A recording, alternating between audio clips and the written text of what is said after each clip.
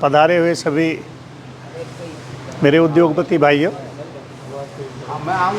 और मीडिया प्रभारी, आप सब लोगों का बहुत बहुत स्वागत है और मैं बहुत बहुत अभिनंदन करता हूं कि आपने मुझे यहाँ बुलाया और मेरा स्वागत किया।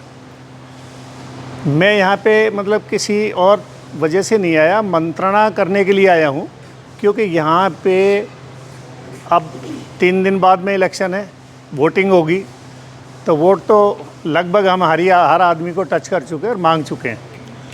आज जो पोजीशन है, जो ये स्वागत की कड़ी में आपने मुझे बुलाया है, मैं इससे बहुत अभिभूत हूँ।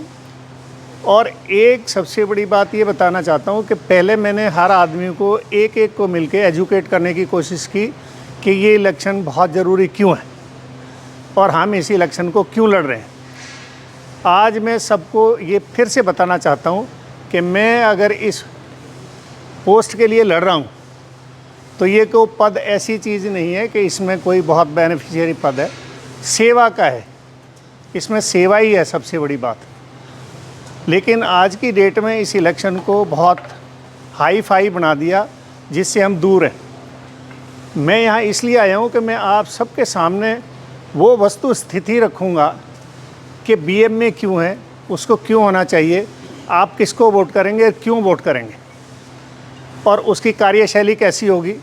तो यहाँ तक एक्चुअली पहुँच नहीं हुई है, बीएमए भी यहाँ तक पहुँच नहीं पाया। बीएमए की जो कार्यशैली रही है वो सिर्फ भिवाड़ी तक सीमित रही है और यहाँ खुसखेड़ा करौली को एक तरह से नेग्लेक्ट किया रखा गया है। तो यहाँ पे जो डेवलपमेंट हुआ है वो हमारे प्रेशर से नहीं हुआ, बीएमए के प्रेशर से नहीं हुआ। ये जो सरकार ने जो चाहा, रीको की मर्सी पे था कि वो जो करती रही, बेचारे उद्योगपति उसी के साथ में चलते रहे। जबकि होना ये चाहिए था कि यहाँ का रिप्रेजेंटेशन होना चाहिए था प्रॉपर, और वो बीएमए पे प्रेशर बनाते और बीएमए प्रेशर बनाता सरकार के ऊपर कि भाई ये उद्योग जब नया नया डेवलप करता जाता है तो उसमें नई नई जो चीज़ें हैं, इंडस्ट्रीज़ आएंगी तो उसके साथ उसकी फैसिलिटीज़ भी होनी चाहिए। तो रीको का काम है फैसिलिटेशन करना। सड़कें हैं, नाला है, बिजली है, पानी है। यहाँ जो प्रॉब्लम है वो मूलभूत समस्या है। एक तो समस्या यही है कि पीने के पानी की बहुत बड़ी समस्या है।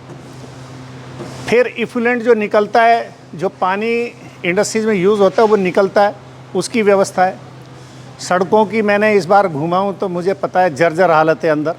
बाहर आपको ज़रूर अच्छा लग रहा है, लेकिन अंदर जब मैं गया हूँ 500 मीटर और 1000 मीटर के क्लस्टर जो बने हुए हैं 250 मीटर वाले, उनमें सड़क नाम की चीज़ ही नहीं है।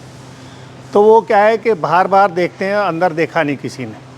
अभी चीज़ ये है कि जो सबसे बड़ी यहाँ समस्या आने वाली है और आ चुकी है।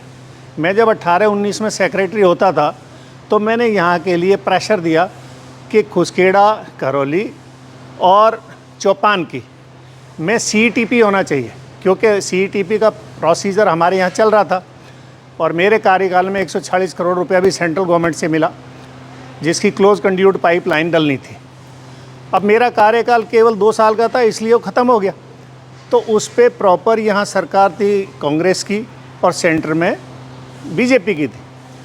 तो बीजेपी ने तो पैसा दे दिया सरकार, केंद्र सरकार ने, लेकिन कोई स्टेट्स गवर्नमेंट ने उस पैसे को इलेक्शन तक पोस्टपोन रखा कि इलेक्शन से थोड़े दिन, क्योंकि पॉलिटिकल उनका अपना मोटिव होता है कि जब इलेक्शन आएगा तो हम तब शुरू करेंगे। वो हुआ तो कोई मॉनिटरिंग व्यवस्था नहीं थी, ना रीको की थी ना बीएमए की, जो करनी चाहिए थी। तो आज पोजीशन ये है कि जो वहाँ पे क्लोज कंड्यूट पाइप डला हुआ है वो अप टू लेवल नहीं है, और जो व्यवस्था वहाँ पे ट्रीटमेंट की है वो भी ठीक नहीं है। तो अनट्रीटेड पानी बहुत बार आता है। हम जब थे 17-19 में तो हमने उस पाइपलाइन से, कि आपने देखा होगा होंडा रोड जो है सारा ग्रीन है, होंडा के अंदर भी ग्रीनरी है, ये पानी हमने यहाँ पहुँचवाया।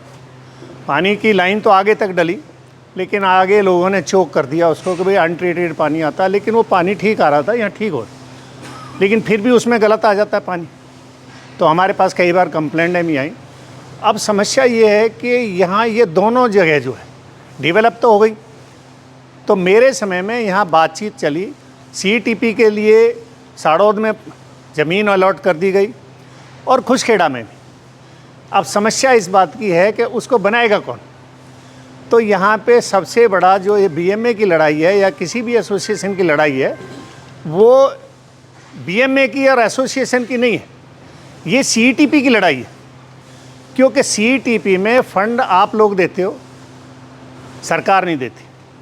वो फंड का मिसयूज़ वो लोग करते हैं जो उसमें बोर्ड ऑफ डायरेक्टर्स में बैठ जाते हैं। वो हमने वहाँ देखा है, उसका मिसयूज़ होता है, एसोसिएशन स्ट्रांग नहीं होती, या वही लोग इन्वॉल्व होते हैं, वही एसोसिएशन में, वही सीईटीपी में डायरेक्टर, मैनेजिंग डायरेक्टर हैं, तो कोई उनसे सवाल नहीं पूछ सकता।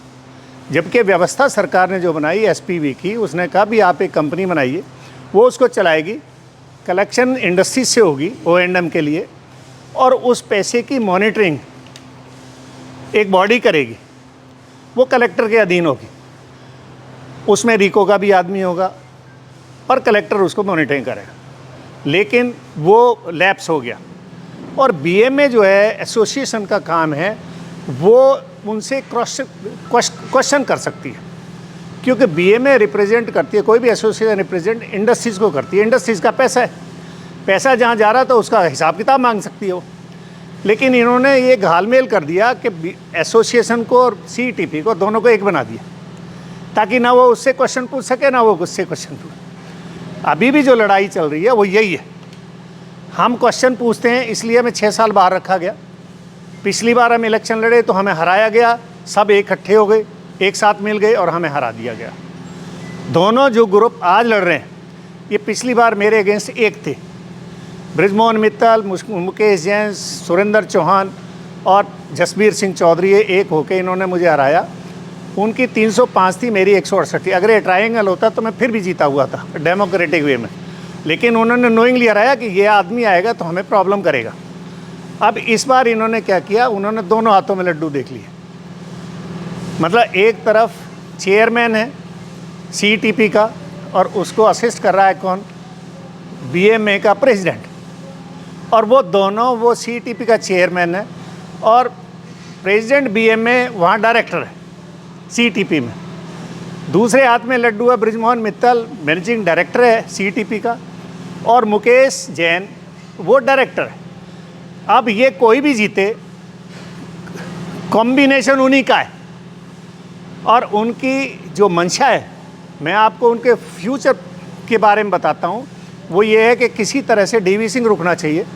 राघव रुकेगा तो इनके हाथ में ये होगा, चाहे मुकेश जैन हार जाए या चौधरी हार जाए, इनका ये होगा कि भी हमने उसको रोक दिया, और ये फिर एक ही होंगे, क्योंकि चेयरपर्सन तो वही है, डायरेक्टर वही है। तो वो वहाँ पे जो घपलेबाजी चल रही है वो ऐसे ही चलती रहेगी। आपको जान के हैरानी होगी कि हमारे इस फंड का बहुत बड़ा दुरुपयोग हो रहा है। मैं विस्तृत उसकी चर्चा करूँगा, लेकिन अभी मैं आपके पास आया हूँ, जो वो इसलिए आया हूँ कि अगर मैं जीता तब तो होगा ही होगा, लेकिन अगर मेरे साथ में कुछ प्लस माइनस होता भी है, तब भी मैं आपके लिए सीईटीपी के लिए लड़ूंगा। और आपके यहाँ डंपिंग यार्ड की प्रॉब्लम है, यहाँ पे डंपिंग यार्ड की प्रॉब्लम यह है कि इंडस्ट्रीज़ के बीच में दे दिया गया, जो बहुत गलत है। इंडस्ट्रीज़ के बीच में उसमें आग लगती रहती है, कबाड़ी काम करते रहते हैं, छोटे बच्चे हैं वो वो तार निकाल रहे हैं तो जलाते रहते हैं, तो उससे मैक्सिमम टाइम आग लगने की संभावना होती है। तो उसके लिए हम सरकार के ऊपर प्रेशर ये डालेंगे कि या तो वो डंपिंग यार्ड को यहाँ से हटाए, पोस्ट करे, अलग अलग जगह दे, और अगर वो बनाती है तो उसकी बाउंड्री वालों कैमरे लगें और सिक्योरिटी प्रॉपर हो, ताकि कोई आदमी उसमें आग ना लगाए।